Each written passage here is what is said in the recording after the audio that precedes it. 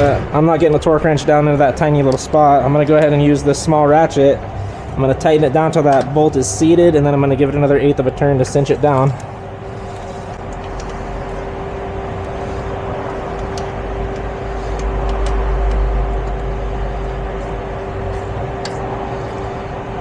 They're seated there.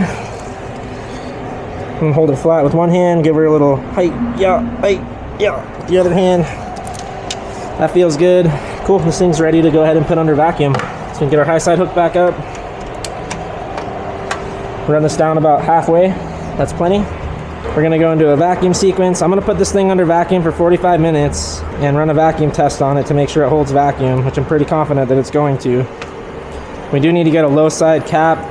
These are actually, if you go to an AC class, considered the primary seal of the system and its job. Just like it did on that old one, the Schrader valve was leaking a little bit, but because that cap was tightened down on there, the O-ring on the cap kept it from leaking a bunch of Freon out.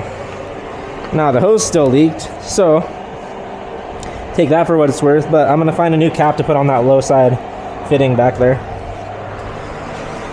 45 minutes, vacuum test on.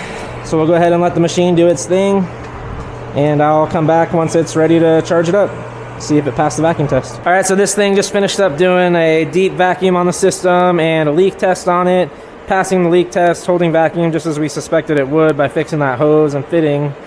A couple of reasons why we put the system under vacuum. Number one, when you recharge the system, you need to make sure there's no air in the system whatsoever, and then we get just refrigerant in the system. That way it doesn't have air pockets in it. Just like a cooling system for your engine, you don't want any air pockets trapped in there because it's not going to allow proper flow. You also don't want any air pockets trapped within your air conditioning system. That will hinder the flow at all there. But also, the reason why we put it in a deep vacuum like this for 45 minutes at least is because under vacuum, that's boiling all the moisture and contaminants out of that system and making sure that we have a clean AC system before we charge it back up. The other thing I want to check is make sure our oil level didn't raise up at all since our recovery, and it's still right at 3 ounces. So we're going to stick with our 0.8 ounces of PEG 46 like we talked about. But now that we have a vacuum on the system, when we go to charge this thing, that vacuum is going to help pull the charge into the system along with the machine itself building up some pressure to charge the system as well. So we're going to go ahead and charge this thing up.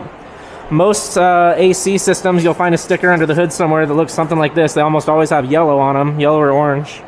And this one takes anywhere between 1.04 and 1.15 pounds of refrigerant.